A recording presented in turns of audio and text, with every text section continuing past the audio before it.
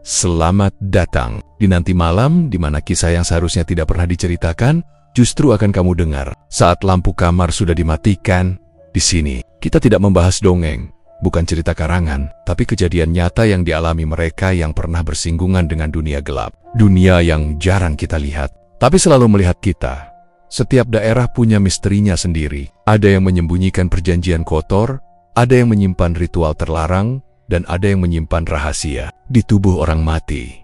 Karena kematian tidak selalu berakhir di liang lahat. Ada jiwa yang pergi dengan tenang, tapi ada juga yang menolak diam, menolak pergi sebelum kebenarannya terungkap malam ini. Kita menuju tanah yang terkenal dengan ilmu hitamnya, ritual-ritual yang tidak semua orang berani membicarakannya. Banyuwangi, dan tokoh utama kita adalah seorang wanita yang sehari-harinya menyentuh hal yang tidak ingin disentuh manusia lain. Seorang pemandi jenazah, namanya Bu Nur. Bagi banyak orang, pekerjaannya adalah pekerjaan yang mulia. Tapi bagi orang yang tahu, itu adalah pekerjaan yang paling dekat dengan alam kematian. Saat kulit dingin bersentuhan dengan air, saat doa mengantar seseorang ke tempat terakhirnya, disitulah roh bisa saja masih mendengarkan. Sudah puluhan bahkan ratusan jenazah yang ia mandikan. Ada yang biasa saja, ada yang membawa rasa haru. Namun, ada juga yang meninggalkan ketakutan yang tak pernah hilang sampai sekarang. Khusus malam ini, Bu Nur akan menceritakan satu pengalaman yang membuatnya tidak pernah berani memandikan jenazah sendirian lagi. Kisah tentang seorang pria muda yang dikatakan meninggal karena gantung diri. Namanya Mas Andi. Baru saja menikah 2 minggu. Harusnya ia tertidur selamanya dalam damai. Tapi tidak malam itu. Saat tubuhnya sudah dimandikan, dikafani, dan bahkan sudah dimakamkan, tiba-tiba jenazah itu kembali meminta sesuatu. Bukan harta, bukan nyawa orang lain, tapi sesuatu yang terdengar mustahil. Jenazah itu ingin dimandikan lagi, bukan karena kotor, bukan karena keluarga meminta, melainkan karena ada kebenaran yang belum bisa ia bawa ke liang kubur. Apa yang sebenarnya terjadi malam itu? Kenapa mayat yang sudah seharusnya diam, justru bergerak, berbicara, bahkan menuduh seseorang? Dan yang lebih mengerikan lagi, ketika rahasia itu terungkap, ternyata pembunuhnya ada tepat di ruangan itu, menyaksikan semuanya tanpa rasa takut. Sampai akhirnya, ia diseret masuk ke mimpi buruk yang ia ciptakan sendiri. Jadi, sebelum kita mulai, pastikan kamu duduk dengan nyaman, matikan lampu kamar, kunci pintu rapat-rapat, lihat sekelilingmu, dan pastikan tidak ada yang berdiri di belakangmu nanti malam. Karena setelah mendengar cerita ini, kamu akan mulai bertanya-tanya, saat seseorang meninggal, benarkah ia sudah pergi? Selamat datang di nanti malam, dan ini adalah pengalaman Bu Nur pemandi jenazah di Banyuwangi. Namaku Nur, orang-orang di desaku memanggilku Bu Nur pemandi jenazah. Sejak 5 tahun lalu, setelah suamiku meninggal karena stroke. Pekerjaan inilah yang kutekuni. Awalnya aku hanya membantu mertua yang juga seorang pemandi jenazah. Tapi setelah beliau ikut menyusul suamiku, semua tanggung jawab itu jatuh kepadaku. Aku pikir pekerjaan ini berat, menyeramkan. Tapi ketika pertama kali aku memandikan jasad seseorang dan melihat keluarga bisa mengucapkan selamat tinggal dengan lebih tenang, aku merasa mungkin memang ini jalan hidupku. Rumahku sederhana, tidak terlalu jauh dari jalan raya, tapi tetap saja dikelilingi kebun dan pohon bambu yang membuat malam selalu terasa lebih sunyi. Setiap kali menerima panggilan, aku selalu berusaha untuk siap, karena kematian tidak menunggu siapapun. Begitu malaikat menjemput, selesai sudah urusan dunia. Malam itu, sekitar jam 1:30, aku baru saja melipat mukena setelah selesai sholat tahajud. Rumah benar-benar sunyi, hanya terdengar suara jangkrik, dan sesekali daun-daun bambu bergesek karena angin. Aku berniat tidur karena sejak sore, aku sudah merasa agak lelah. Tapi seolah Allah sudah mengatur waktunya, HP-ku tiba-tiba berdering keras. Aku sempat kaget, dalam hati langsung terlintas, pasti ada panggilan duka. Aku menghela napas, lalu mengangkat telepon. Di seberang sana terdengar suara laki-laki, terdengar kacau dan tercekat seolah dia baru saja menangis.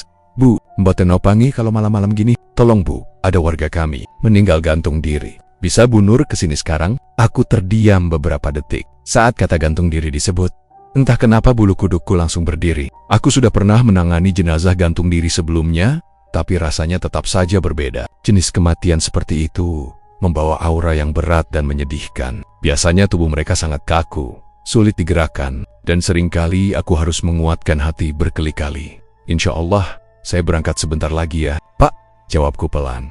Setelah telepon ditutup, aku duduk sebentar. Kutatap foto suamiku yang masih terpajang di dekat lemari. Dalam hati, aku membatin, Mas. Aku berangkat kerja dulu ya, tolong temani dari jauh. Entah kenapa setiap aku memandikan jenazah, aku selalu merasa suamiku mendampingi. Mungkin hanya perasaanku saja, tapi itu membuatku merasa lebih kuat. Aku berganti baju yang sedikit tebal karena udara malam itu dingin sekali. Angin yang bertiup dari luar seolah membawa bisikan yang tidak menyenangkan. Aku mengambil tas kecil berisi perlengkapan memandikan jenazah. Sabun cair khusus, kapas, kain, sarung tangan, dan beberapa keperluan lain. Setelah memastikan semua siap, aku mengunci pintu dan keluar rumah. Suasana luar benar-benar gelap. Lampu jalan hanya satu-satunya sumber cahaya. Itu pun redup dan jauh dari rumahku. Jalan menuju rumah orang yang memanggilku melewati pinggiran hutan alas buluh. Tempat itu terkenal angker di kalangan warga. Banyak cerita yang beredar tentang penampakan dan makhluk yang tak kasat mata, tapi aku sudah sering melewatinya. Biasanya aku hanya membaca doa dalam hati sambil mempercepat langkah. Malam itu berbeda. Angin berhembus lebih kencang dari biasanya, seolah ingin mengusirku kembali ke rumah. Tapi aku tidak punya pilihan. Tanggung jawab sudah menunggu.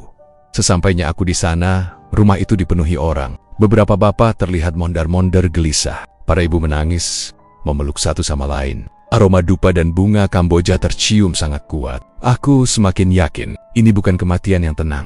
Aku langsung disambut seorang lelaki paruh baya, yang wajahnya pucat pasi. Terima kasih, Bu Nur.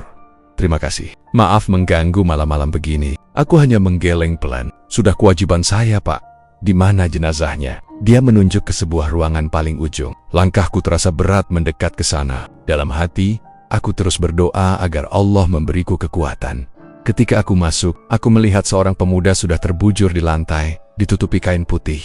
Lehernya masih terlihat jelas bekas jeratan tali. Usianya mungkin baru 20-an, tampan, tapi wajahnya pucat dan ada sedikit lebam di bagian rahang. Aku diberitahu namanya Mas Andi dan baru menikah 2 minggu lalu. Aku ikut merasa sesak, membayangkan bagaimana istrinya menerima kenyataan ini. Beberapa ibu sudah menyiapkan air di bak besar. Mereka yang akan membantu memandikan jenazah biasanya berasal dari lingkungan sekitar dan sudah terbiasa bekerja sama denganku. Aku mengucap salam pelan, lalu membacakan doa. Sebelum membuka kain penutup jasad, saat kain itu tersibak, tampak seluruh tubuhnya sudah kaku. Tangannya menekuk di dada, seolah masih dalam posisi ketika dia digantung. Aku dan 2 ibu lainnya mulai bekerja. Awalnya semua berjalan normal. Air mulai disiramkan perlahan. Aku membersihkan tubuhnya sambil terus membaca doa. Namun, baru beberapa menit berjalan, Kepala Mas Andi tiba-tiba menoleh sedikit ke arah kananku. Aku langsung berhenti. Salah satu ibu yang membantu memijat tubuh. Jenazah langsung memekik kecil dan mundur beberapa langkah. Bu, tadi kepalanya gerak kan, Bu? Astikef, suaranya gemetar. Aku menegakkan punggung dan berusaha tetap tenang. Aku memandang matanya yang tertutup rapat. Wajar saja jika kadang ada gerakan kecil. Pikirku, refleks otot. Tapi, tetap saja, gerakan tadi sangat jelas dan membuatku merinding. Fokus bacain doa aja, Bu, jawabku lirih.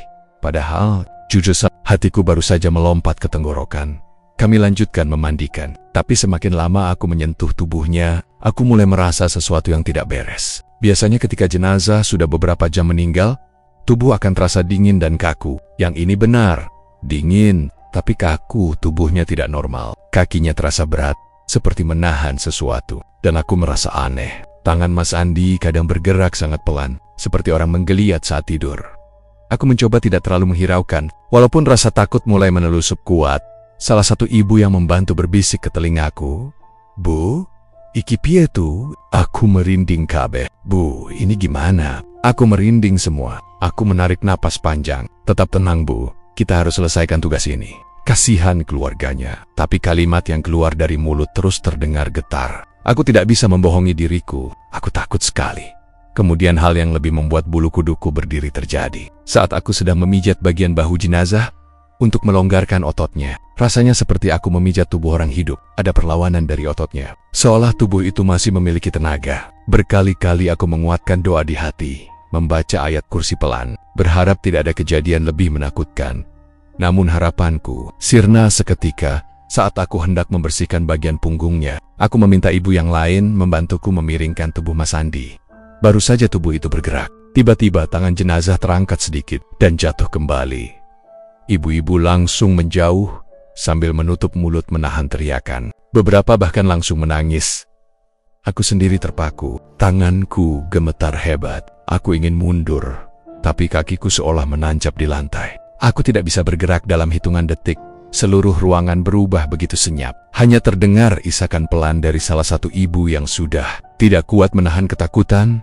Aku memaksa diriku bicara dengan suara pelan agar semua tenang. Meski suara itu terdengar seperti hampir hilang.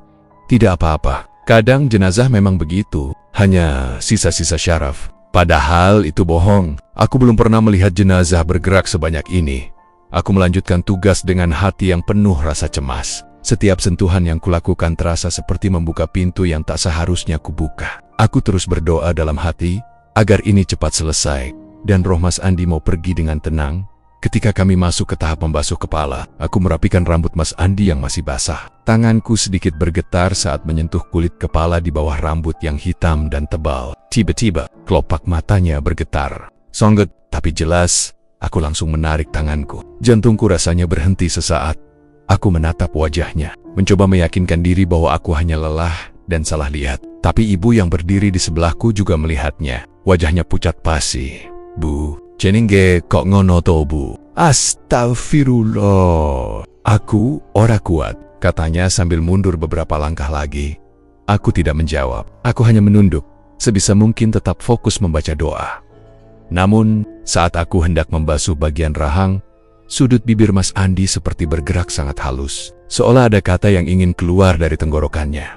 Aku hampir menjatuhkan baskom kecil yang kupegang. Dalam hati, aku hanya bisa mengucap, "Ya Allah, kuatkan hamba-Mu ini." Aku mencoba menenangkan para ibu, menyuruh mereka kembali membaca doa. Kami lanjutkan memandikan jenazah itu sampai selesai, tapi setiap detiknya seperti mimpi buruk yang tidak mau selesai. Sampai akhirnya seluruh proses pemulasaraan malam itu selesai. Kain kafan sudah menutup tubuh almarhum dengan rapi. Para tetangga mulai mempersiapkan keperluan pemakaman menjelang subuh. Semua terlihat lega, seolah kejadian menyeramkan tadi hanya imajinasi. Tapi tidak denganku.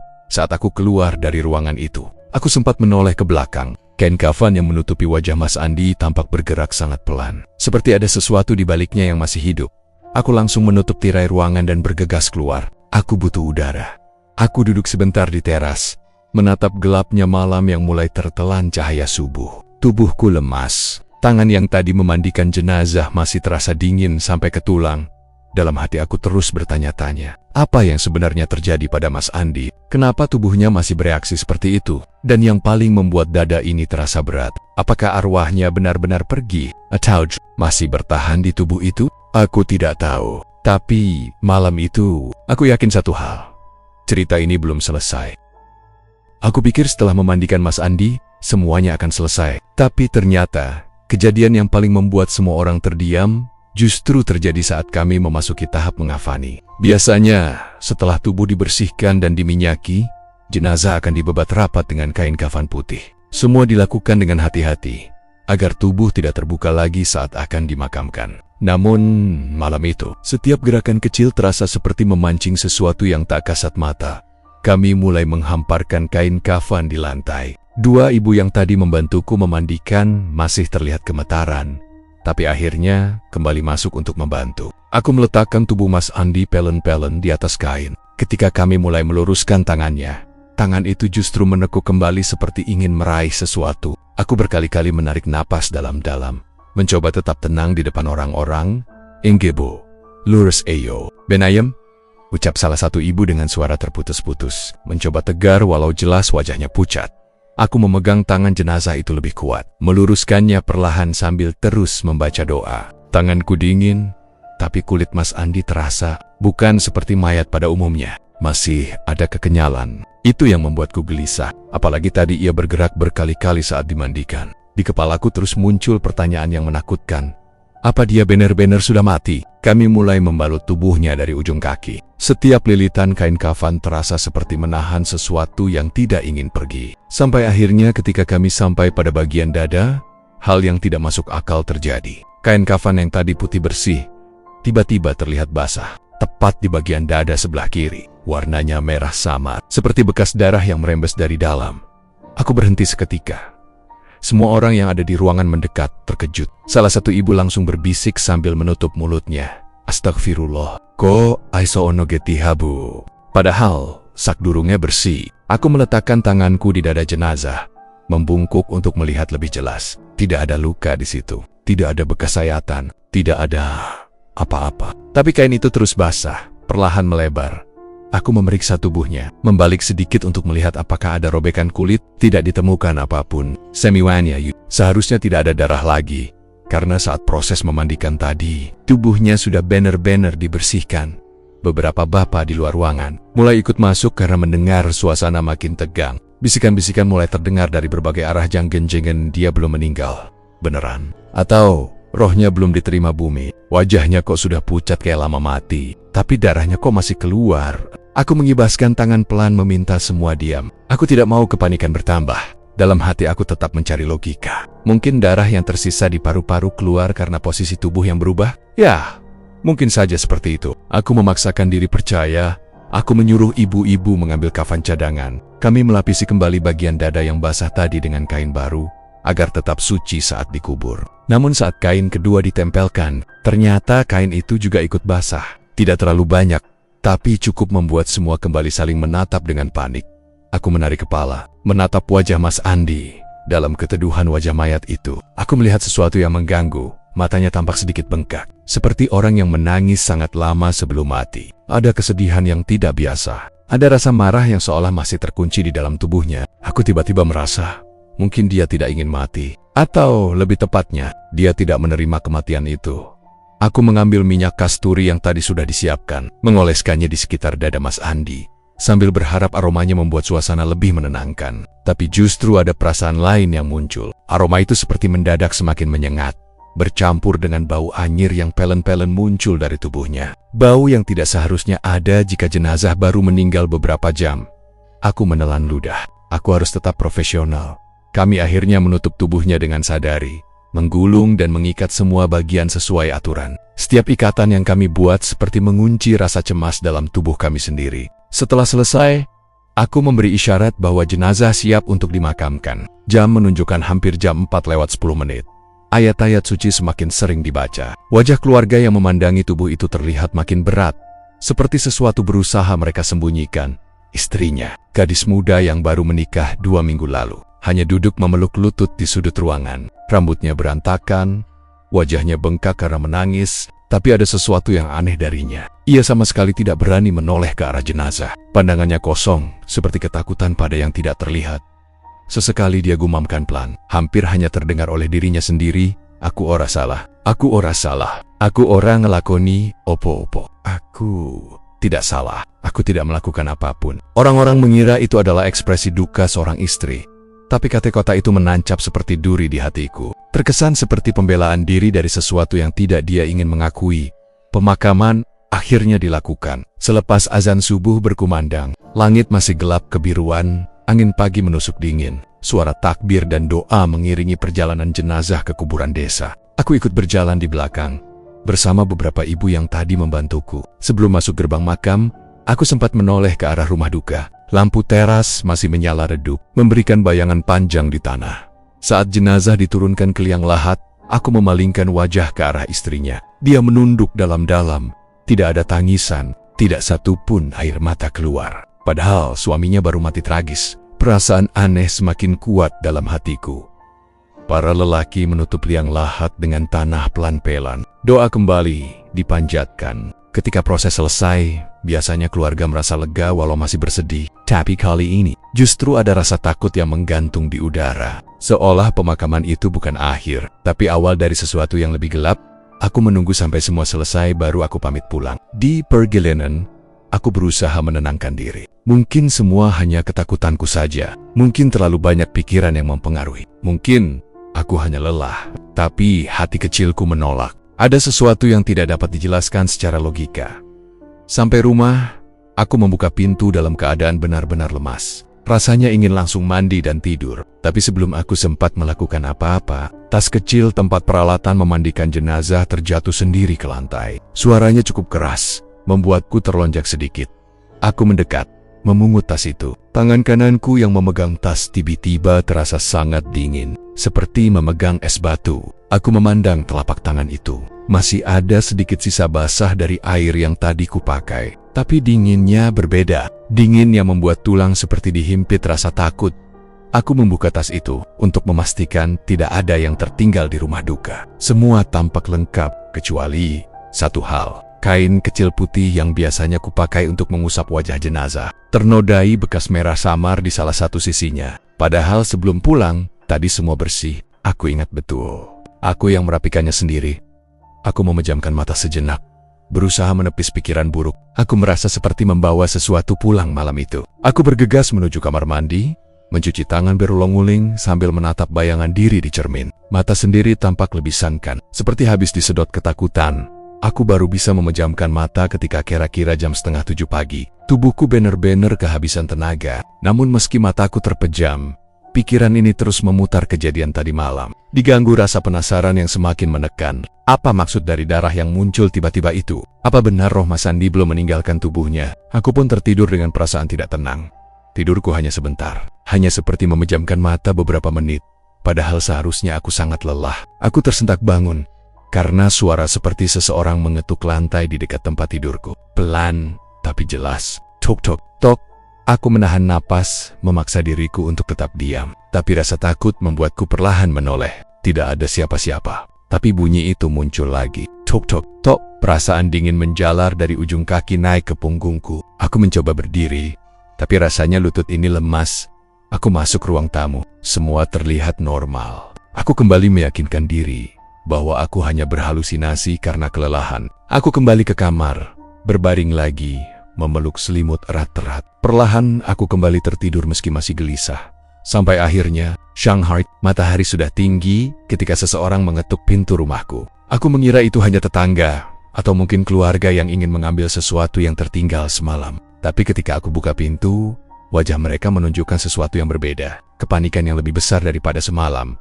"Bunur, Bunur, tolong ikut kami lagi. Jenazah Mas Andi, Babu." Aku urat-urat di leherku seperti ditarik. Suaraku nyaris tidak keluar saat bertanya. Berubah. "Pie, maksudnya Pak?" Mereka tak banyak bicara. Hanya meminta aku cepat kembali ke rumah duka. Aku meraih tas peralatanku lagi. Kaki ini terasa berat, tapi tetap kupaksakan melangkah.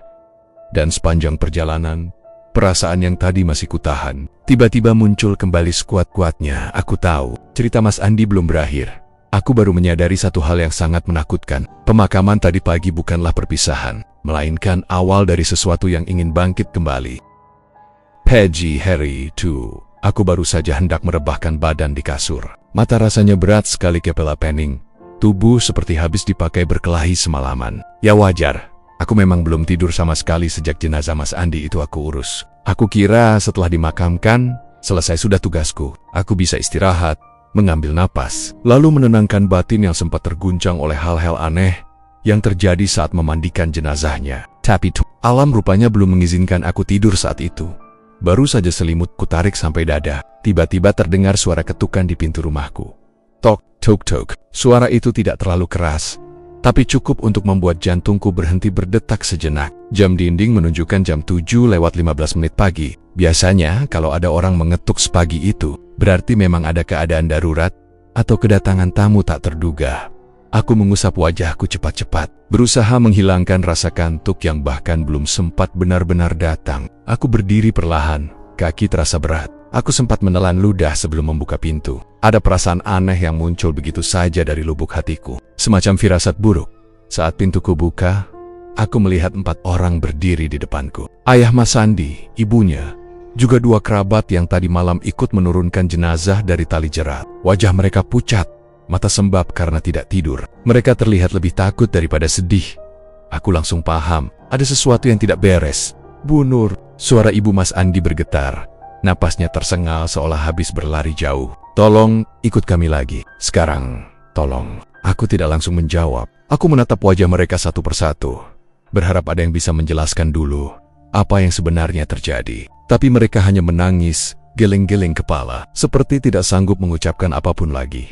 Ayah Mas Andi yang akhirnya bicara, suaranya serak dan pelan.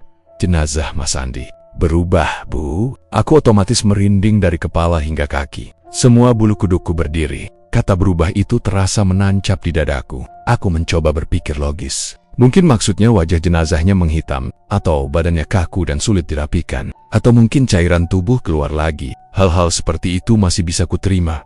Tapi cara mereka ketakutan, tidak seperti menghadapi perubahan natural jenazah. Berubah gimana, Pak? Tanyaku. Meskipun aku sendiri takut mendengar jawabannya. Ayahnya tidak menjawab, ia hanya menggeleng pelan dan menunduk. Air matanya jatuh begitu saja. Lalu ia mengulurkan tangan, memintaku untuk segera ikut. Aku langsung mengambil jilbab, mengunci pintu, dan berjalan bersama mereka. Sepanjang jalan menuju rumah duka, aku mencoba menenangkan diri. Aku membaca doa dalam hati, berusaha menepis pikiran buruk yang terus memaksa masuk. Entah kenapa, udara pagi itu terasa dingin sekali, padahal matahari sudah tinggi. Semakin dekat ke rumah keluarga Mas Andi, semakin jelas terlihat suasana penuh ketakutan. Banyak warga berkumpul di halaman. Tidak ada yang bicara keras, semuanya berbisik-bisik, seolah takut sesuatu mendengar. Tatapan mereka langsung tertuju padaku.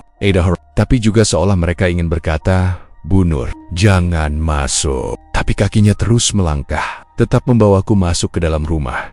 Begitu aku melewati ambang pintu kamar tempat jenazah berada, aku langsung ingin mundur. Ingin bilang, aku tidak sanggup, tapi lidahku keluh. Napasku sesak di dalam kamar. Jenazah Mas Andi tidak lagi berbaring. Dia duduk di dalam peti. Bukan duduk tegak seperti orang hidup, tapi posisinya miring, seperti menunggu seseorang datang. Kepala condong ke kanan, pipi hampir menempel pada tepian peti. Mata tertutup, tapi alisnya sedikit mengerut seperti orang yang sedang berusaha melihat sesuatu di kejauhan. Seolah telinganya mendengar suara yang tidak bisa didengar manusia lain. Aku menutup mulutku dengan tangan, menahan teriakan. Lututku melemas. Ya Allah, lirihku. Seluruh doa yang kuhafal mendadak hilang dari kepala. Hanya rasa takut yang memenuhi dada. Aku bahkan lupa untuk bernapas sejenak. Kamar itu sunyi sekali, tapi sunyi yang menekan telinga. Kain kafannya masih terpasang. Hanya bagian punggung yang tampak membesar, seperti sedang menghela napas. Aku mundur setapak, sampai punggungku membentur dinding. Ibu Mas Andi langsung memegang lenganku, seolah aku adalah pelampung yang bisa menyelamatkannya dari tenggelam, Bu. Kami takut, Mas Andi. Amboten kersa meneng. Dia seperti belum mau mati. Aku tidak tahu harus berkata apa. Aku sendiri bahkan yakin, apa yang ada di depanku itu memang belum tenang. Ayah Mas Andi mendekat ke peti. Dengan tangan gemetar, ia mencoba merapikan posisi kepala anaknya dengan pelan. Namun tiba-tiba, mulut jenazah itu bergerak. Perlahan, seperti otot-otot wajahnya masih bekerja.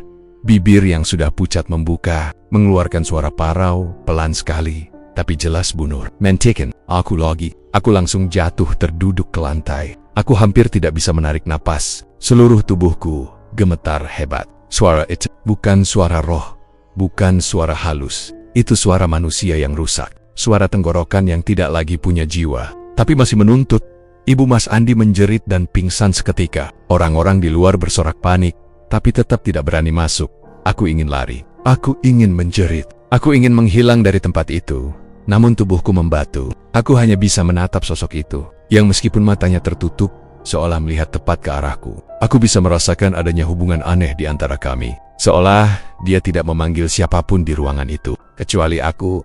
Ayahnya mendekatiku, mengguncang bahuku. Jenazah ini butuh panjenengan. Dia nyebut nama panjenengan. Tolong bantu kami. Aku memejamkan mata. Air mata menetes. Kenapa harus aku? Kenapa selalu aku yang harus melihat hal-hal seperti ini? Aku hanya seorang perempuan yang mencoba membantu orang-orang terakhir kali sebelum mereka pergi. Aku tidak ingin melihat yang melawan kematian.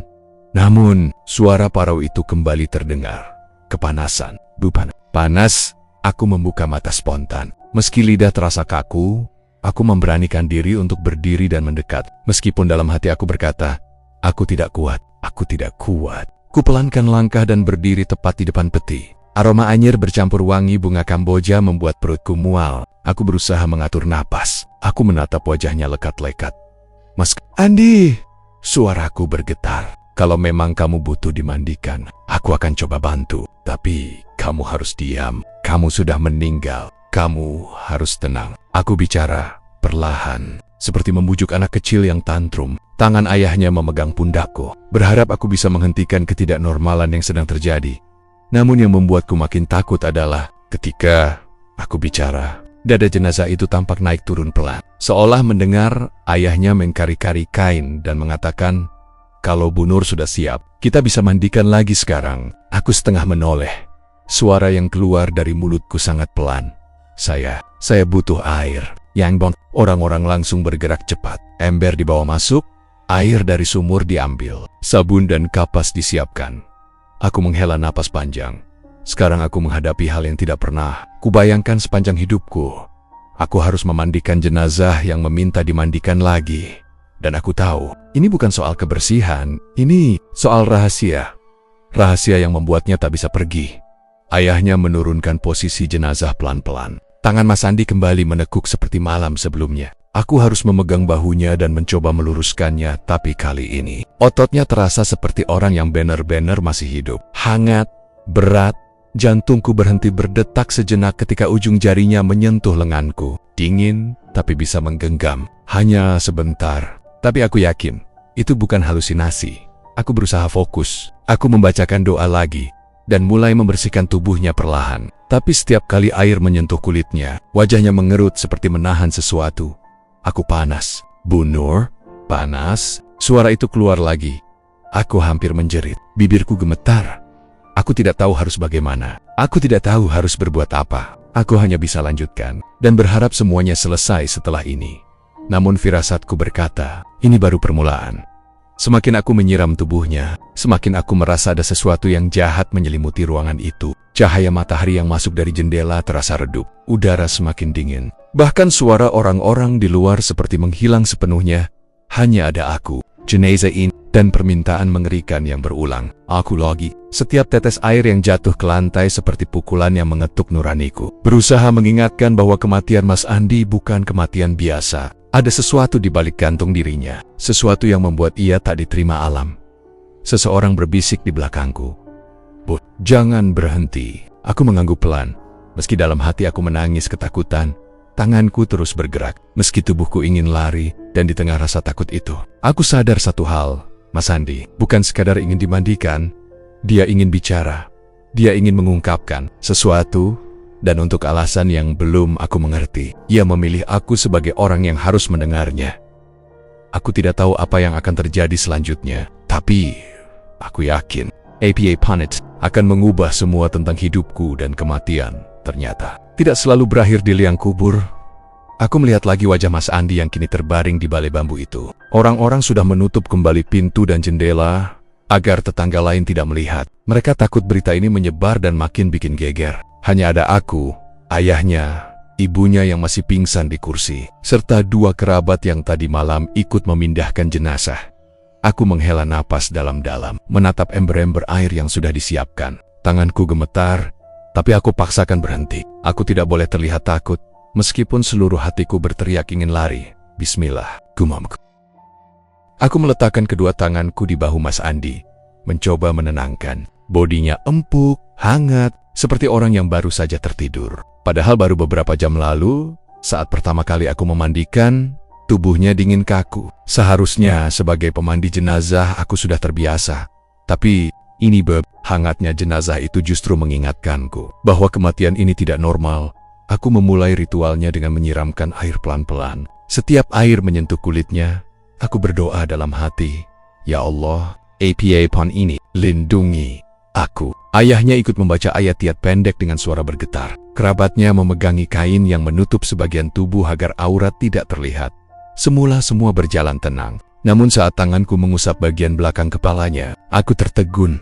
Ada noda hitam, seperti lebam. Bentuknya mirip tangan manusia. Letaknya tepat di tengkuk, di bagian yang tidak mungkin tertekan tali gantungan.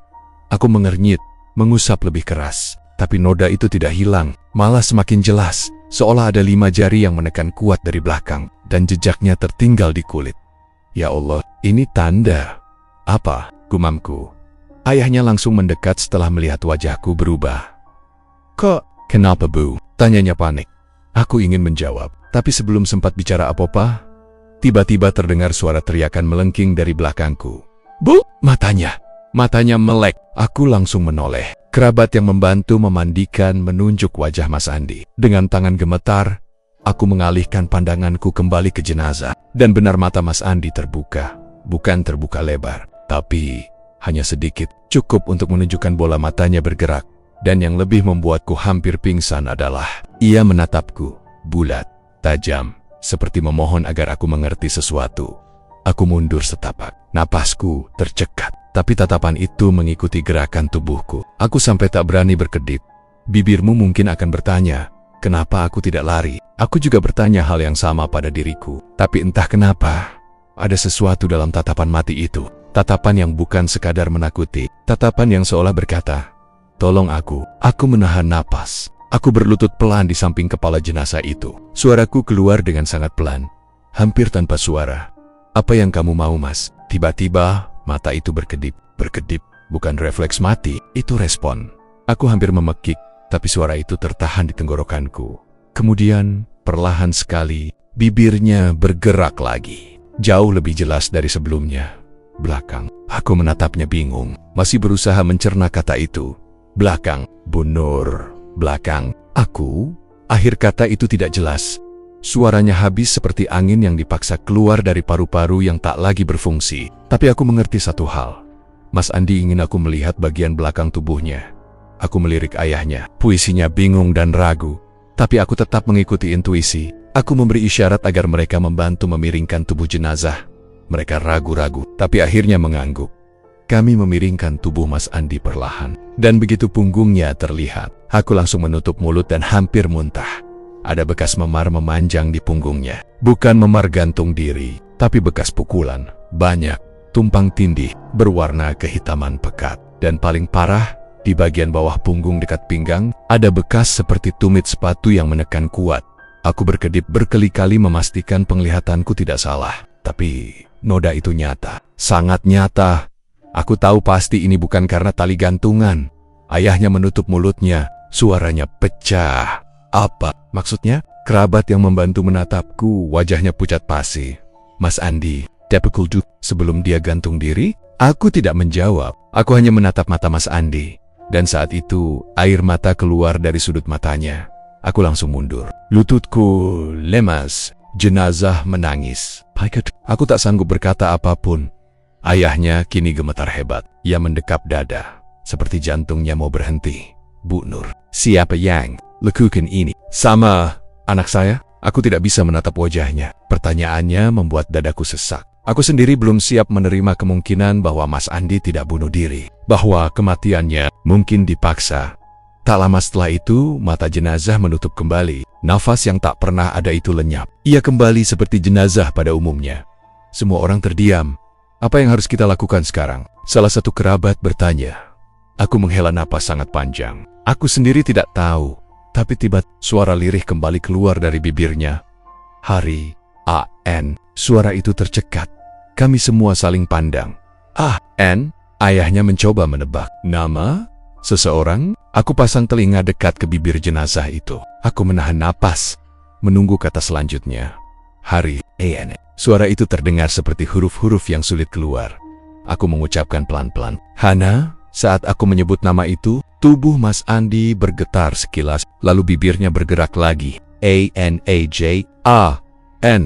Aku mencoba menyusun potongan kata itu. Hana, jangan. Mata jenazah itu kembali terbuka, pelan, lalu cepat, seperti orang yang ketakutan. Hana, J-A-N-G-A-N. Tiba-tiba ia menjerit tanpa suara. Mulutnya terbuka lebar, tapi tidak ada suara yang keluar. Hanya matanya membesar, seolah ia sedang melihat sesuatu yang sangat menakutkan di belakangku. Aku refleks menoleh, tetapi tidak ada siapapun. Ayahnya memegang pundakku, tubuhnya hampir rubuh. Hana itu, istrinya Abu, istrinya. Aku tersentak. Benar, istri Mas Andi bernama Hana, gadis yang dinikahinya 2 minggu lalu, yang katanya sempat ketahuan bertengkar sebelum Mas Andi ditemukan gantung diri. Aku menatap jenazah itu lagi, mata Mas Andi kembali bergetar. Seolah ia tidak ingin istrinya disinggung. Aku pelan-pelan berkata, Mas, kamu mau bilang kalau kamu tidak bunuh diri? Matanya bergerak sedikit, seperti isyarat ya, kamu dipukul dulu. Matanya berkedip lagi. Ya, yang melakukan itu Hana. Saat aku menyebut nama itu, Mata jenazah itu tiba-tiba mendelik liar. Lalu, berak, tangannya menghantam bel membuat semua orang melompat kaget. Jantungku hampir copot. Aku tidak tahu lagi apa yang lebih menakutkan, jenazah yang hidup, atau kenyataan bahwa ia mati dengan cara dipaksa. Ayahnya jatuh tersungkur, menangis seperti anak kecil. Andi, kenapa kau tidak bilang, nak? Kenapa kau tidak bilang? Aku ingin menenangkan ayahnya, tapi mulutku kaku. Aku juga sedang berjuang menenangkan diriku sendiri. Jenazah Mas Andi kembali rebah perlahan sendiri. Tubuhnya kembali kaku, seolah energi yang memaksanya untuk bicara habis seketika. Aku mengusap wajah, masih gemetar. Aku mencoba menyadarkan diri bahwa aku bukan sedang bermimpi buruk. Aku membungkuk pelan, berkata pada jenazah yang kini diam kembali. Aku sudah dengar, Mas. Aku mendekatkan bibirku ke telinganya. Kalau kamu masih butuh, aku akan bantu menyampaikan yang sebenarnya. Dan pada detik itu, aku melihat dari ujung mataku, ada air mata kedua menetes dari pelupuk matanya. 2 tetes air mata terakhir dari seseorang yang sudah tidak lagi hidup. Aku menatap ayahnya yang kini menatapku penuh harap bercampur ketakutan. Bu Nur, jenazah, Mausir, dan hanya panjenengan yang bisa dengar. Aku menggigit bibir. Aku tahu betul, mulai saat ini, aku bukan hanya pemandi jenazah. Aku telah menjadi saksi. Dan saksi harus membuka kebenaran meski kebenaran itu bisa membunuh siapapun yang menyimpannya. Aku menatap pintu kamar. Ada sesuatu yang mengawasi kami dari luar. Aku bisa merasakannya. Aura dingin menyusup ke ubun-ubun. Tahukah siapa yang muncul di ambang pintu saat itu? Seseorang berdiri terpaku. Wajahnya pucat, tangan gemetar memegang kusen. Hana, istri Mas Andi, yang tiba-tiba berkata pelan, "Bu, kenapa dimandikan lagi? Mas kan sudah bersih." Ada senyum tipis di bibirnya. Senyum yang membuatku yakin cerita ini baru dimulai. Aku menelan ludah.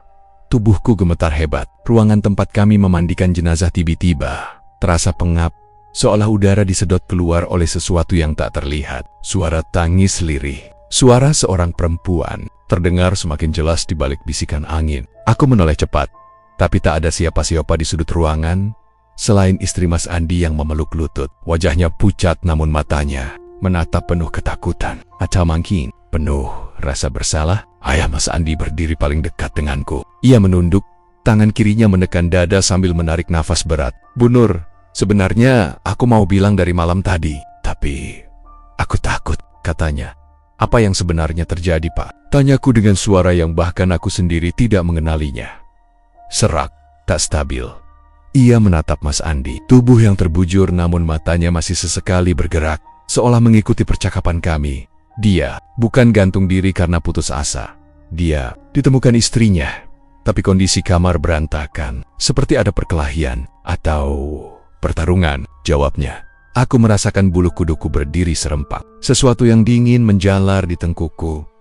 Pak, kalau benar begitu, lalu kenapa bilangnya bunuh diri? Tanyaku. Ibunya Mas Andi yang duduk di pojok menangis terseduh. Kalau orang tahu dia dibunuh, polisi akan masuk ke rumah kami. Semua aib keluarga terbongkar. Kami sudah terlalu banyak masalah, Bu. Aku mengangguk pelan, mencoba memahami, tapi jantungku berdetak makin keras. Mataku tak sengaja melihat bagian leher Mas Andi, bekas jeratan yang kemarin kuanggap dari tali. Kini terlihat jelas bentuknya seperti 2 telapak tangan menekan dari 2 sisi. Itu bukan tali gantungan, itu cekikan. Aku menahan teriakan yang hampir keluar. Dan tiba-tiba, dari sudut bibir jenazah, keluar tetesan air bening. Air mata benar-benar menetes. Seperti orang yang kesakitan. Astagfirullah, ucapku spontan sambil mundur 1 langkah. Orang-orang yang membantu ikut panik. Beberapa sudah melarikan diri keluar ruangan. Aku ingin berteriak agar mereka tetap di sini. Tapi suaraku hilang. Yang terdengar justru suara parau dan patah-patah dari arah tubuh Mas Andi. Banuak. Semua kami membeku. Keringatku menetes deras dari pelipis. Aku, seorang pemandi jenazah yang sudah pernah menghadapi banyak kematian. Tapi ini pertama kalinya aku mendengar mayat berbicara dalam keadaan sadar penuh. Ucapan itu seperti sebuah makhluk tak terlihat menyobek batas antara alam hidup dan mati. Jawaban atas teriakan roh itu. Blah, lampu mati. Gelap total. Jeritan menyusul dari segala arah. Aku pun refleks menutup mulutku agar tidak ikut menjerit. Dalam gelap itu, aku bisa mendengar suara langkah cepat, menghentak, bukan langkah biasa, seperti seseorang yang berlari sambil menyeret kakinya. Suara itu menuju kami, menuju arah tempat jenazah terbujur. Aku nggak mau hidup miskin. Aku nggak mau sengsara lagi. Semua ini gara-gara kamu. Gio! Gio! Time. Teriakan itu datang dari istrinya Mas Andi yang kini berdiri. Atau mungkin bergerak. Di tengah ruangan, aku hanya bisa mendengar suaranya. Tak bisa melihat, tapi aku tahu. Ia sedang menuju jenazah. Aku sudah capek hidup begini. Kamu janji bakal berubah. Kamu janji bakal bawa aku keluar dari rumah ini. Tapi apa yang kamu lakukan? Kamu kerja sama orang itu kan? Kamu mau tinggalkan aku untuk perempuan lain? Teriaknya semakin keras, histeris.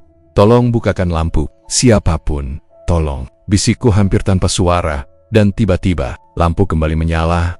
Aku langsung menatap ke arah sumber kekacauan itu. Istri Mas Andi berdiri tepat di sebelah jenazah. Rambutnya berantakan, wajahnya merah, matanya melotot seperti orang kerasukan. Tangannya mencengkeram kain kafan di dada Mas Andi, meremas seolah ingin merobeknya.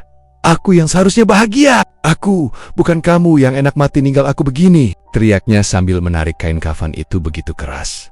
Aku maju, mencoba mendekat, Bu. Tolong Ten, jangan begitu. Dia menoleh perlahan padaku.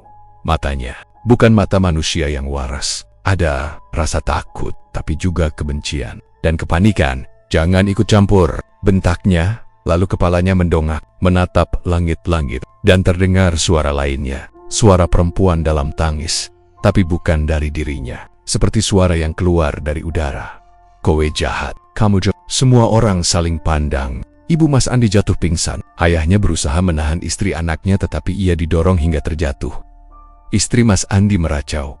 Aku cuma mau kaya. Aku cuma mau hidup enak. Semua orang di desa ini hina kita. Kamu pikir aku tahan? Kamu pikir aku nggak malu? Kamu kerja apa? Gaji hidup. Sengsara. Ia menunjuk mayat itu dengan jari gemetar.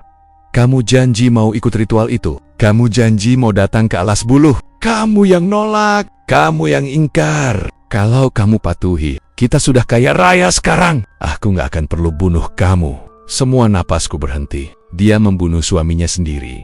Namun sebelum aku bisa berbuat apa-apa, suara dari tubuh Mas Andi keluar lagi. Kini lebih keras, lebih jelas. Dia bukan manusia. Dia milik bawane peteng. Aku bawain peti. Bayang-bayang kegelapan. Makhluk yang datang dari sisi paling gelap hutan dan mimpi buruk manusia. Ayah Mas Andi menangis keras. Astagfirullah. Jadi benar kamu lakukan ritual itu? Istrinya mendadak terdiam. Wajahnya pucat seketika. Matanya memandang kosong ke depan. Dan kemudian telingaku menangkap suara geraman dari balik tubuhnya. Bukan suara manusia. Suara rendah dan retak. Seperti tulang patah. Aku tidak sendiri, katanya dengan suara berubah, parau, dan tidak berasal dari tenggorokannya. Sekejap kemudian, bruk, tubuh istri Mas Andi tersungkur sujud. Tubuhnya menekuk dengan sudut mustahil. Tangannya menahan lantai. Punggung melengkung seperti sedang dipelintir dari dalam. Suaranya berubah makin dalam. Kamu janji, katanya pada mayat suaminya. Ayahnya menjerit, keluar, setan keluar. Aku ingin membantu, ingin membaca ayat. Tapi mulutku terasa terkunci, kakiku tak mau bergerak. Hanya air mata yang mengalir memperlihatkan aku masih hidup. Istri Mas Andi mendongak, mata putihnya mengarah ke langit-langit. Mulutnya ternganga lebar, terlalu lebar, hampir seperti robek. Kamu mengingkari aku, katanya dengan dua suara tumpang tindih. Suara manusia dan suara sesuatu yang berasal dari dasar neraka. Aku mundur perlahan, mundur, hingga punggungku menempel ke dinding. Tapi rasa takut itu malah makin menghimpit dadaku. Dan jenazah di hadapannya, Tibi, duduk bukan karena ia bangkit seperti zombie dalam film. Tapi seperti ada tangan tak terlihat menarik tubuhnya naik. Kain kafannya jatuh ke lantai. Menyisakan wajah pucat dengan mata terbuka, menatap lurus ke arah istrinya. Semua kami menjerit bersamaan. Jenazah itu menggerakkan bibir. Kamu, sereak, kegelapmu, kamu, panuak, demi setanmu. Istri Mas Andi menangis terisak, tetapi suaranya tetap double. Manusia dan makhluk itu bersahutan. Aku terpaksa. Aku cuma ingin hidup nyaman. Aku cuma ingin kamu lakukan bagianmu. Tapi kamu takut. Tangan mayat Mas Andi terangkat perlahan, menunjuk ke wajah istrinya. Tapi bukan jari yang mengejang kaku, melainkan gerakan seperti orang hidup. Ayah Mas Andi yang sudah putus asa berteriak membaca lantunan ayat kursi. Suaranya pecah, penuh ketakutan. Orang-orang yang tadi lari kini kembali, tapi hanya berani melihat dari pintu. Dan di tengah kekacauan itu, aku melihat sesuatu di belakang istri Mas Andi. Bayangan, hitam, tinggi, langsing, tapi bengkok seperti ranting kering. Bayangan itu memanjang hingga menyentuh kaki mayat Mas Andi, lalu merayap naik sampai ke wajah istrinya. Aku ingin menutup mata tapi tak bisa, makhluk itu seperti memegang kepalanya. Lalu terdengar suara patah kecil dari lehernya. Krek! Istri Mas Andi terpelanting ke belakang. Tubuhnya menggelepar seperti ayam disembelih. Ia berteriak, "Tolong! Aku nggak mau lagi! Aku nggak mau lagi!" Tapi makhluk itu tidak peduli. Ia terus mengikat tubuh perempuan itu dengan ranting-ranting gelap yang tak kasat mata. Melilit seperti tali jerat. Menarik ke arah pintu belakang rumah. Ke arah hutan. Ke arah tempat yang gelap. Ayah dan ibu Mas Andi berusaha mengejar. Tetapi suara menggelegar terdengar dari luar. Tang! Door! Suara seperti pintu kayu dipukul keras. Dunia terasa bergetar. Kemudian sunyi. Benar-benar sunyi. Aku melihat ke arah tempat tubuh Mas Andi tadi duduk. Ia sudah kembali rebah. Matet, pabirda, tubuhnya beku. Seolah tidak pernah bergerak. Aku menatap ayah Mas Andi yang terduduk di lantai. Ia memegang kepala dengan tangannya. Menangis bukan seperti seorang pria, tapi seperti anak kecil kehilangan segalanya. Aku ingin menenangkannya, tapi mulutku hanya mampu berkata pelan. Pak, semua ini belum selesai, karena aku tahu makhluk yang mengambil istrinya. Dalam dan Mas Andi belum benar-benar pergi. Aku mencoba mengatur napas. Dadaku naik turun tidak teratur, seolah paru-paru menolak udara. Ruangan kembali terang, namun nyalanya pucat. Seperti cahaya lampu dipaksa hidup oleh sesuatu yang lebih kuat dari listrik itu sendiri. Dalam detik pertama lampu menyala. Aku melihat apa yang membuat darahku berhenti mengalir. Jenazah Mas Andi duduk lagi. Tidak seperti tadi yang aku masih bisa berusaha menyangkal kali. Ini aku melihatnya jelas sejak awal. Tulang punggung itu melengkung perlahan. Tangan terkulai naik dan kepala terangkat pelan. Menoleh ke arah tempat istrinya berdiri dalam ketakutan. Mata yang seharusnya kosong kini memandang dengan kesedihan yang begitu dalam. Seperti masih ingin bertanya, kenapa? Semua orang terpaku. Tidak satu pun dari kami mampu bernafas normal. Aku seperti melihat manusia hidup. Hanya saja kulit itu sudah dingin, kebiruan, kering, dan kaku. Bibir Mia yang pucat terbuka, dan dari sana keluar suara. Seperti seseorang yang berbicara menahan tangis. Namun suaranya terdengar dari tempat yang jauh. Seperti suara yang muncul dari dalam liang kubur. Kamu, dorong. Kalimat itu memecahkan segalanya. Istri Mas Andi menjerit histeris. Tangannya menkari-kari dinding untuk menopang tubuhnya agar tidak roboh. Tidak, jangan, diam. Kamu sudah mati! Kamu sudah mati! Teriaknya sambil mundur terpeleset ke lantai. Namun jenazah itu tidak berhenti. Tangan kirinya bergerak turun, menyentuh lantai, dan mulai merangkak. Ya, merangkak. Jari-jarinya yang membiru menekan lantai seperti dipaksa bangkit oleh kekuatan yang tidak seharusnya. Kain kafan di tubuhnya terseret, menyapu lantai menghasilkan suara gesekan yang membuat bulu kuduku seperti ditarik kasar. Istrinya mencoba berlari ke pintu depan, tapi saat kaki kanannya mengangkat, sebuah tangan dingin mencengkeram pergelangannya. Tangan jenazah itu, kuku-kuku panjang menghujam kulit, seperti cakar. Perempuan itu terjatuh keras, menendang-nendang dan meronta. Allahu Akbar! Teriakku panik, membaca ayat kursi suara sekeras mungkin. Aku refleks mengambil kain kafan baru, dan melemparkannya ke tubuh Mas Andi yang merangkak seperti seekor hewan yang haus darah. Tangan ayah Mas Andi ikut membantu menghalangi tubuh anaknya, meski ia menangis bukan lagi sebagai seorang ayah, tapi seseorang yang patah dalam seluruh makna. Ayat kursi masih meluncur dari bibirku, gemetar tapi penuh ketakutan yang memaksa. Tubuh Mas Andi mulai melambat, tangannya melemah, lalu ia berhenti. Kini ia terbaring kembali, seolah tidak pernah duduk, seolah tidak pernah bergerak, seolah aku hanya berhalusinasi. Tapi bekas cakaran pada kaki istrinya membuktikan semuanya. Nyata, istri Mas Andi menangis memeluk tubuhnya sendiri, memukul-mukul lantai. Aku nggak mau lagi, aku nyesel. Tolong hentikan, jeritnya tak henti-henti. Ibu Mas Andi menjerit melihat darah di kaki menantunya. Ia hampir pingsan lagi, namun aku segera menahan bahunya agar tetap duduk. Busa, kita harus tenang. Roh Mas Andi masih belum kembali. Kita harus kuat, ucapku meski sebenarnya aku sendiri hampir pingsan. Ayah Mas Andi terduduk di lantai, wajahnya kosong. Wah, apa dosa kami sampai kau beri kami cobaan seperti ini? Katanya sambil menangis. Suara pecah seperti kain yang robek, Istrinya menjambak rambutnya sendiri. Tubuhnya gemetar hebat. Dia janji mau ikut ritual itu. Dia yang nolak. Dia yang membuat semua gagal. Kalau dia ikut, kita pasti sudah kaya. Kita pasti sudah hidup bahagia, teriaknya. Aku memalingkan wajah. Rasa jijik dan ngeri bercampur menjadi satu. Segala kengerian malam ini berasal dari keserakahan manusia. Aku mendekat pada jenazah yang kini terbaring kembali. Aku menutupnya dengan kafan baru, memastikan seluruh tubuhnya tertutup rapat. Suaraku masih terbata-bata membaca doa, berharap apapun yang membuat tubuh itu hidup kembali. Pergi, ayahnya mendekat.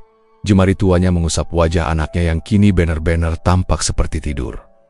Andi, nah, maafkan Bapak. Kami tidak tahu kamu menanggung semua ini seorang diri. Ucapnya lirih, air matanya menetes di pipi dingin anaknya. Pak, sudah, jangan disentuh lagi dulu, kataku pelan. Takut jika sentuhan itu justru membangunkan sesuatu. Namun sesaat kemudian, sebuah suara yang berat dan dalam terpantul dari seluruh ruangan. Kali ini, yang berbicara bukan mulut Mas Andi. Selesai, suaranya seperti keluar dari lantai, atau dari dinding, atau dari langit-langit. Aku tidak tahu, tapi jelas, suara itu tidak berasal dari manusia. Kami semua terpaku. Istri, Mas Andi yang masih terduduk di lantai menjerit lagi. Tolong keluarkan aku dari sini. Aku minta ampun. Tapi setiap kali ia berusaha bangun, sesuatu seolah menariknya kembali ke lantai. Seperti tangan tak terlihat menahannya. Aku menatapnya dengan campuran iba dan ngeri. Ia terlalu takut untuk mengakui bahwa penyesalannya terlambat. Sangat terlambat. Ayah Mas Andi mencoba berdiri. Siapa kau? Kenapa kau menyiksa keluarga kami? Teriaknya sambil menatap ke segala arah mencari sumber suara. Jawaban datang cepat. Sangat cepat. Kau tahu jawabannya. Suara itu menyeringai dan tiba-tiba semua pintu menutup sendiri. Pintu depan, pintu belakang, jendela, semua tertutup rapat dan terkunci. Seolah rumah itu berubah menjadi kandang. Dan kami semua adalah hewan yang dikurung. Aku hampir tak bisa berdiri. Tubuhku lemas. Namun aku memaksakan diri. Mengambil semprotan berisi air yang sudah aku bacakan doa dari tas kecilku. Dengan tangan gemetar, aku menyemprotkan air itu pada tubuh Mas Andi, pada sekeliling kami, mencoba membuat lingkar perlindungan. Tolong, semuanya baca doa, pintaku. Tapi istrinya hanya menangis meracau. Aku benci kamu, Andi! Aku benci kamu! Kamu mati aja masih nyusahin aku, teriaknya. Entah dari mana keberanian itu datang, mungkin dari rasa putus asa. Aku menatap perempuan itu tajam. Melapmu. Tutup mulutmu. Kau bicara seperti itulah yang memanggil mereka datang. Dia menoleh padaku. Mata penuh kebencian bercampur rasa takut. Aku cuma ingin dia bangkit. Aku cuma ingin dia lakukan apa yang dia janjikan setelah ritual itu gagal. Aku diburu mereka. Teriaknya semakin histeris. Ritual apa? Tanyaku napas tercekat. Dia memeluk dirinya, menangis. Tubuhnya bergoyang seperti anak kecil yang ketakutan. Ritual pesugihan di alas bulu. Aku yang suruh dia. Aku yang ajak dia, tapi dia nolak di tengah jalan. Dia takut. Dia bilang, itu dosa. Dia pilih lari. Aku menatapnya dengan ngeri. J.D. Bennett. Ia menyeret suaminya ke kegelapan. Dan ketika suaminya menolak, ia sendiri yang... Aku tidak sanggup melanjutkan kalimat itu dalam pikiranku. Ayah Mas Andi menutup wajahnya dengan kedua tangan. Wild. Jadi kami hidup bersama pembunuh anak kami sendiri, katanya lirih. Perempuan itu menjerit mendengar ucapan itu. Aku nggak punya pilihan. Kalau aku gagal, aku yang akan diambil. Aku yang akan dibawa masuk hutan. Dan seakan menegaskan ucapannya. Dari arah pintu belakang. Tok tok tok. 3 ketukan pelan. Terlalu pelan untuk manusia. Terlalu mantap untuk angin. Aku langsung berbalik. Nafas. Tidak ada seorang pun yang berani menjawab suara itu. Dan ketukan itu terdengar lagi. Lebih keras. Tok tok tok. Istri Mas Andi menjerit histeris. Mereka datang. Mereka mau aku. Tolong bukain pintu. Aku mau kabur. Ia berlari ke pintu dan memutar gagangnya berkali-kali. Tapi pintu itu tidak bergerak sedikit pun. Ia memukalnya, menendangnya, menangis seperti orang yang terbakar. Aku mendekat. Dan saat aku menyentuh lengannya, tiba-tiba, tok, ketukan terakhir sangat keras. Pintu bergetar. Dan kemudian, syiar, jendela di sisi kiri ruangan retak. Di balik retakan kaca itu, berdiri sosok hitam tinggi, ramping, tidak memiliki wajah, Hanya 2 lubang gelap di tempat mata seharusnya. Tubuhnya seperti kabut pekat berbentuk manusia. Ia menempel pada kaca dari luar, menatap ke arah kami, menatap ke arah perempuan itu. Perempuan itu menjerit sampai suaranya pecah. Aku janji akan bawa dia. Aku akan bawa dia ke tempat kalian. Jangan ambil aku. Ayah Mas Andi bangkit dengan amarah. Jadi selama ini kamu jual anakku ke setan. Semua orang menangis lagi. Aku hanya bisa memeluk ibu Mas Andi yang hampir tak sadarkan diri.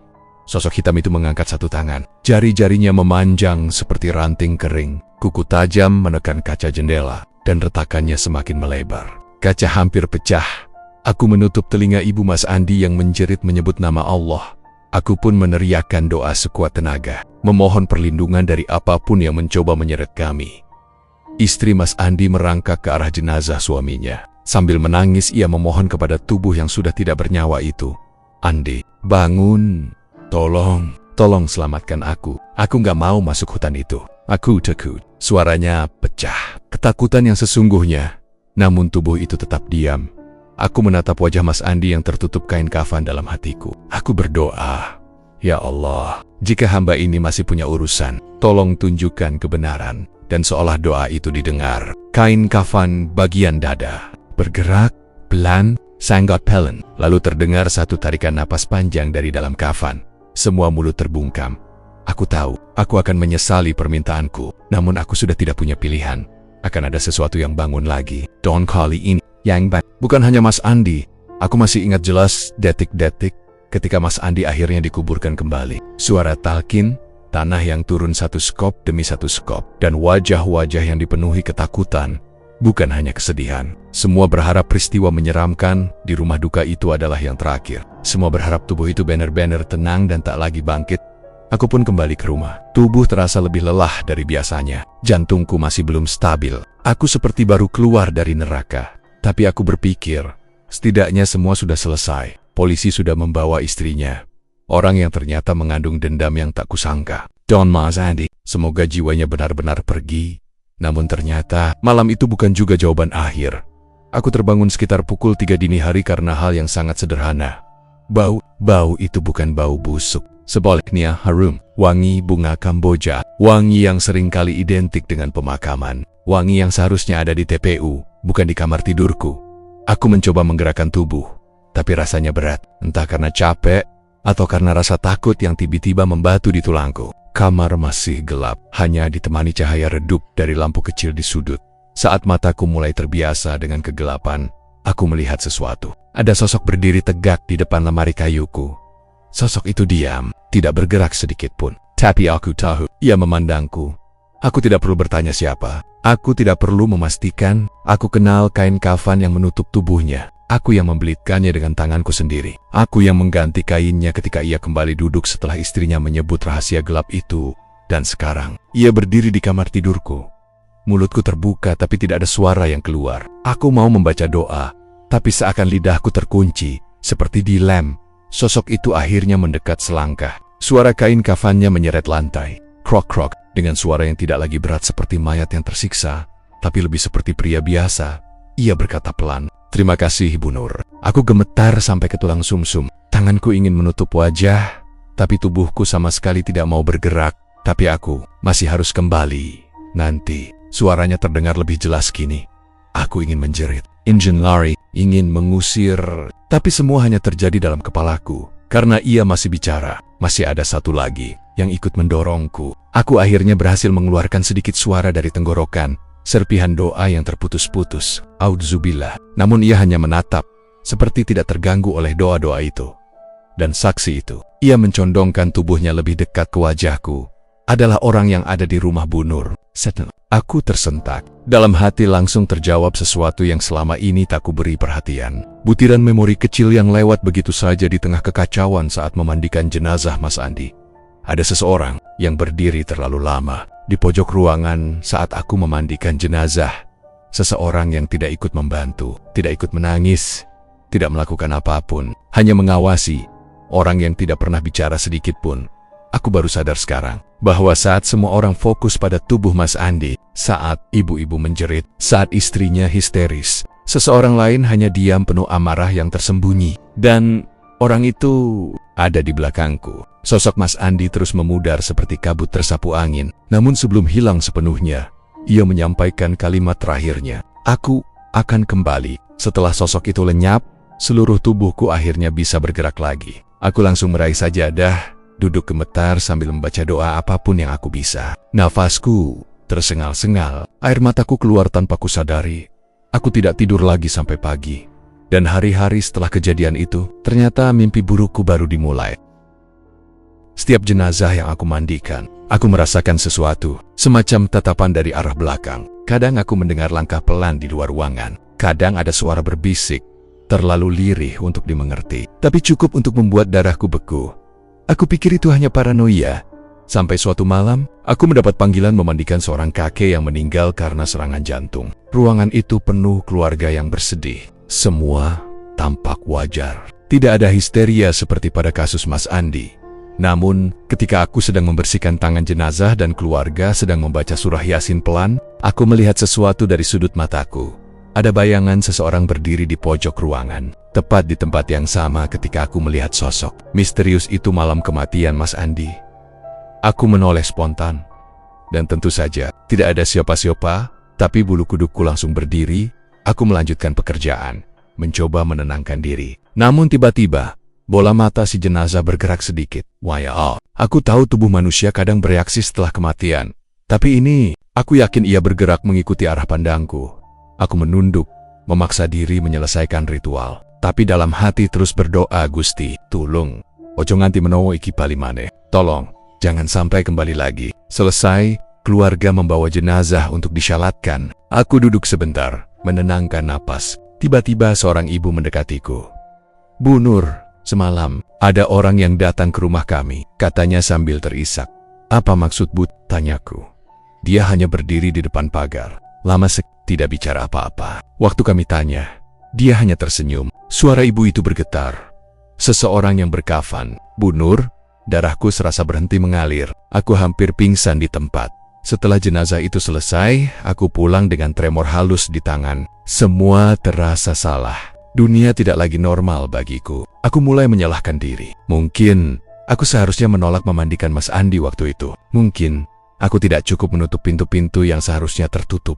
Mungkin aku telah membuka jalan bagi sesuatu yang tidak seharusnya kembali. Di rumah, aku duduk di ruang tamu, mengelus wajah yang mulai pucat dan berkantung mata. Aku menatap jam dinding yang bergerak lambat. Jam menunjukkan jam 21:50. Aku menggenggam tasbih dan berharap malam cepat berlalu. Tapi justru saat malam tiba, semua menjadi lebih nyata. Suara pintu dapur seperti diketuk dari luar. Tok tok tok.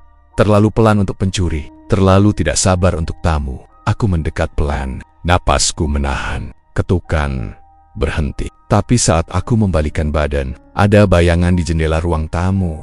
Tinggi, gelap, dan tidak bergerak. Aku meraih Al-Quran di kakiku mundur perlahan. Tapi tiba-tiba aku teringat kata-kata terakhir dari sosok Mas Andi yang ikut mendorongku. Dan saksi itu ada di rumah Bu Nur semalam. Saksi itu ada di rumahku. Aku langsung menuju kamar cucuku.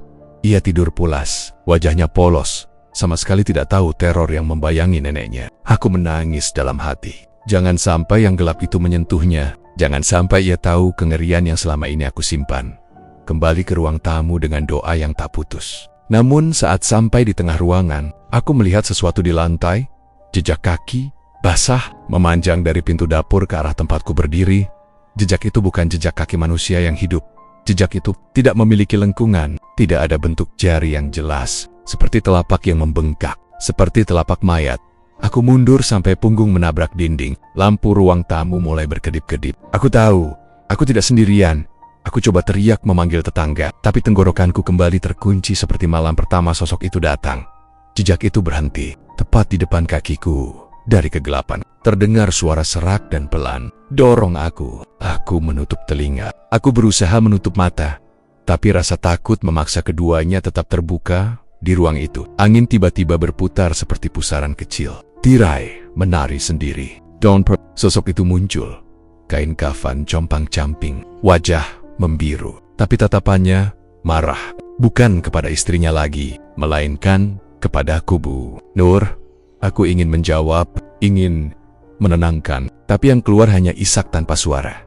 Sosok itu terus mendekat, suara kainnya menyeret lantai, dan saat jaraknya tinggal sejengkal, ia membangkit, wajahnya tepat di depan wajahku.